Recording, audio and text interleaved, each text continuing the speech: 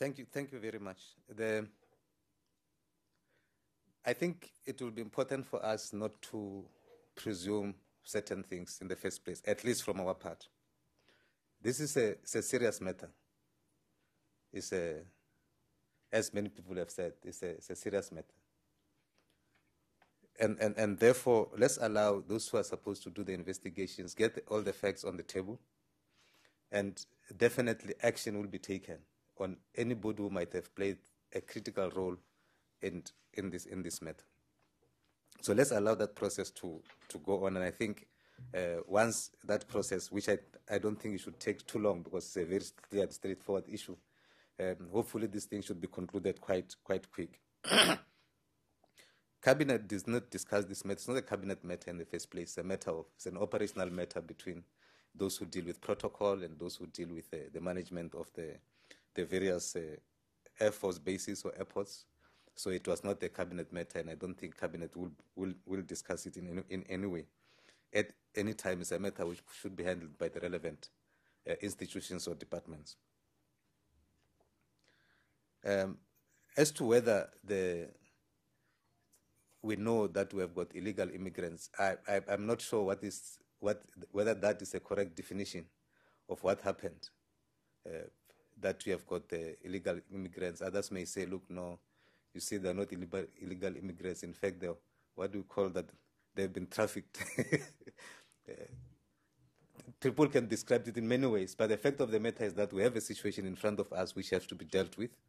A lot of people, obviously, I think, who got involved in this, they were quite innocent. I mean, they were not party to this, except for the fact that they're part of the process. And therefore, I don't think we'll need to paint everybody with a negative brush like that. Let's allow the institutions which are dealing with this matter look at it, and let's get all the facts on the table so that we're able to deal with it. Thank you. With regard to the VIP protection services which were offered, I'm not sure at this point what the details are, but my understanding is that that was meant for transit, and therefore, if the delegation which have been offered that does not qualify in terms of the protocol which has been set out or which is used to provide such services, surely the expectation is that it should be withdrawn.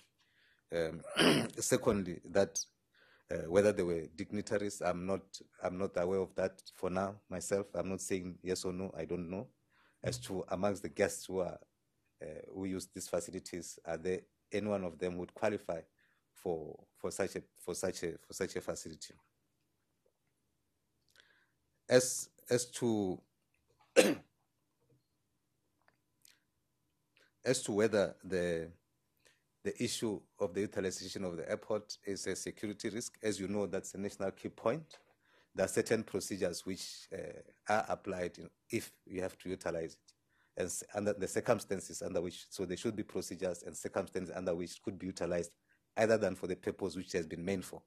There should be procedures like those, and I think once there is an indication that those procedures have not been followed, or those criteria which is set out to utilize such facilities has not been followed, obviously, from a national key point stand of view, you start from the basis that it's a security risk. Then you deal with the matter from there to try and clear whatever else needs to be cleared. As to whether the SARS... Sorry, we can't hear you. We've been listening for the past 5 minutes. The audio is gone.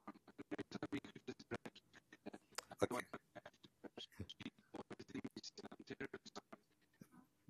With regard to the issue of SARS and the declarations, airports of that nature, normally they have all those facilities because they receive heads of states, they receive other dignitaries who utilize it from time to time.